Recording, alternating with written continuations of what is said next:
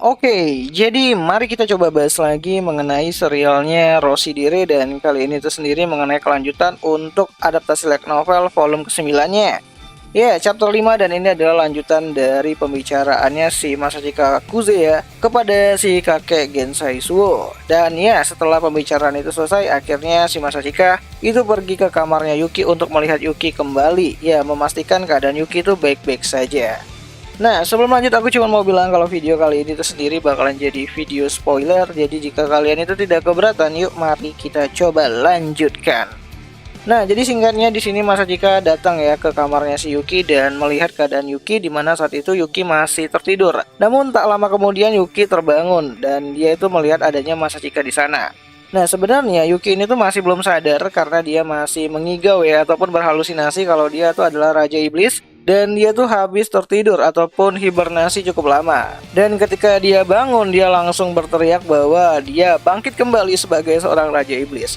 Itu tentu aja di sini ada Ayano juga yang nemenin si Yuki ya selama ini gitu kan, dimana dia tuh bergantian sama Natsusan untuk jagain si Yuki dan saat ini ya gilirannya si Ayano. Ya di sini Masachika cukup senang lah karena Yuki tuh udah pulih gitu kan dan dia tuh bisa bergerak dengan sangat lincahnya. Itu artinya keadaan Yuki tuh sudah membaik. Namun ya karena tingkah Yuki ini tuh rada-rada ngeselin dan juga cerewet banget gitu kan, akhirnya Masachika mencoba untuk menyelimuti Yuki lagi ataupun menggulung Yuki ya dengan selimut yang ada di atas tempat tidurnya agar Yuki ini tuh tidak lasa lah gitu. Nah sebenarnya keadaan Yuki tuh masih belum pulih sepenuhnya ya gitu kan, masih ada keringat-keringat dingin yang ada pada tubuhnya Yuki. Dan karena Yuki tuh kemarin juga masih belum mandi gitu kan, keringatnya cuma dilapin doang sama si Ayano. Akhirnya di sini Yuki mencoba untuk ya bersih-bersih lah terhadap tubuhnya gitu kan, dimana di sini si Yuki tuh menggodai si Masachika kalau dia tuh pengen tubuhnya tuh dibersihkan sama si Masachika itu sendiri. Ya tentu aja di sini Masachika menolak gitu kan. Ya tak lama Ayano datang dan di sini Yuki langsung menyuruh Ayano untuk kembali lagi ke kamarnya untuk istirahat karena ya Yuki tuh mau dibersihkan sama si Masachika doang. Nah sebenarnya banyak perkataan-perkataan rancu Yuki di sini ya, dimana Yuki juga nanyain kenapa Masachika ada di kamarnya dan kenapa Masachika berada di rumah kediaman keluarga Suwo itu sendiri. Dan sambil menjawab pertanyaan-pertanyaan tersebut, Masachika juga menyuruh Yuki untuk fokus membersihkan dirinya dulu nih. Baru nanti bakalan dijawab sama si Masachika itu sendiri. Nah singkat cerita akhirnya si Masachika mencoba untuk membersihkan tubuhnya si Yuki ya, yaitu adiknya sendiri, dimana Yuki di sini juga masih mencoba untuk menggodai si Masachika. Dimana Yuki pakai jurus, yaitu jurus menutupi dada dan memperlihatkan perutnya. Ya tentu aja itu adalah hal konyol dan langsung membuat Masachika marah lah kepada si Yuki. So singkat cerita saat Masachika mencoba untuk membersihkan tubuhnya si Yuki, banyak pembicaraan yang terjadi antara Yuki dan juga si Masachika. Dimana di sini juga si Yuki tuh ngobrolin mengenai rumor yang terjadi antara si Masha dan juga si Alia. Dimana Ruki mendengar akhir-akhir ini tuh Alia dan juga Masya itu terlihat lebih cantik daripada yang biasanya.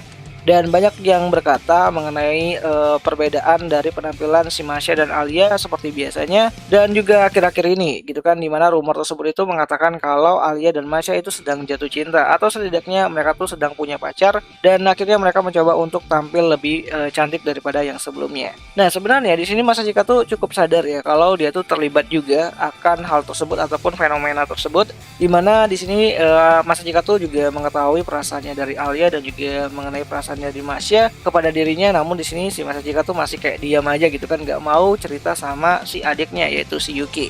Namun terlepas dari itu semua, si Yuki tuh juga merasa berterima kasih kepada si Alia karena berkat si Alia, si Masachika yaitu kakaknya tuh bisa pulang kembali ke rumahnya ataupun kembali ke rumah besar keluarga Suwo itu sendiri dan akhirnya bertemu sama Yuki dan juga Ayano di rumah yang mereka tinggali waktu kecil. Nah singkat cerita di sini Masachika mencoba untuk berkata jujur ya kepada si Yuki bahwa dia tuh habis ngobrol sama si kakeknya.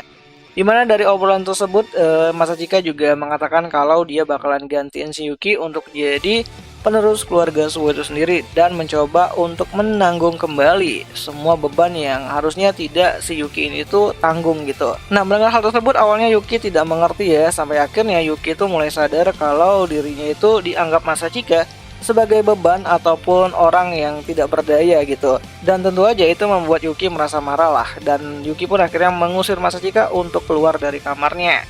Ya, di sini Yuki kembali lagi kambuh ya flu-nya gitu kan, dia batuk-batuk dan keringatnya juga keluar lebih banyak. Dimana di sini Yuki itu berkata bahwa dia bakalan saingan sama si Masachika dan dia mencoba untuk bisa memenangkan kompetisi pemilihan ketua OSIS ke depannya. Dia berkata kepada Ayano bahwa dia bakalan menang lawan si kakaknya. Dan tentu aja di sini Yuki itu berniat untuk membuktikan kalau dia itu lebih pantas daripada Masachika untuk menjadi ya pemimpin keluarga Suwo itu sendiri, di mana Yuki juga berkata kalau dia tuh berada di kediaman keluarga Suwo bukan karena terpaksa ataupun bukan sebagai pengganti dari Masachika yang kabur dulu gitu kan, tapi melainkan karena kemauannya sendiri.